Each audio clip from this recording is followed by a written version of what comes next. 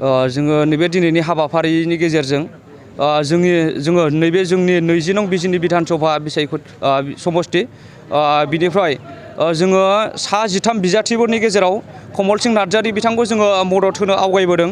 जोङो इउपिपिएल दोलो हिसाबै जोङो बिथांखौ मदद होनो थांखि लायाखै बा जोङो बबेबा मोनसे दोलो पार्टिनि जोङो बेरेखा नङा। जोङो इउपिपिएल दोलोनि मेम्बारशिप नङा बा बिबानगिरि नङा।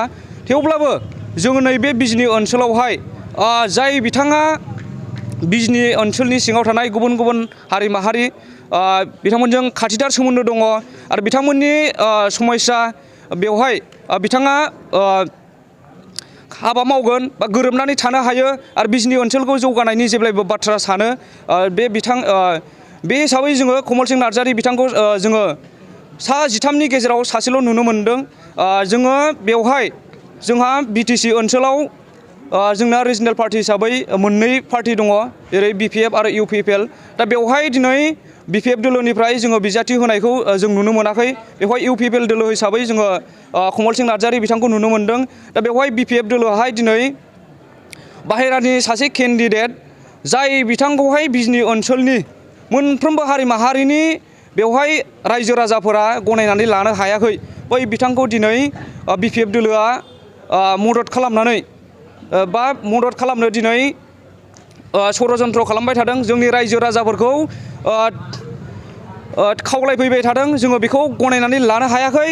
जोङो बेखायनो जोङो बायजोनि बिजाथि बिथांखौ जों जेरैखि जाया बे बिजनी ओनसोलनिफ्राय जोङो बाहेरा खालामनानै जोंनि बिजनी ओनसोलनिनो बिजाथि जोङो बेखौ देरहासार खालामनो थाखाय जोङो गुबुन गुबुन माने बिजाथिफोरनि गेजेरावहाय जोङो गावसा गावसि जोंनि भटार्सफोरखौ गावसा गावसि खालामालासे कमल सिंह नार्जारी बिथांखौ दोलोनि सार्थ'आव नङा, पार्टिनि सिम्बलखौ नायनानै नङा, जोङो ओनसोलनि जौगानांगौनि सार्थ'आव हारिनि सासे बिजाथिखौ देरहासार खालामनांगौनि सार्थ'आव दिनै जोङो लाइमोनफोरा ज' जानानै जोङो बे थांखिखौ लानाय जादों। जोङो फैबाय थानाय जे बिसायख'थि बेवहाय जोङो कमल सिंह नार्जारीखौ पार्टिनि जानानै नङा, जोङो साफा साफा लाइमोन हिसाबै जोङो बे ओनसोलनि साफा साफा भटार हिसाबै जोङो मदद होनाय जागोन आरो जोङो बेवहाय बिथांखौ जेरैखि जाया हाबा मावनानै जोङो देरहासार खालामगोन।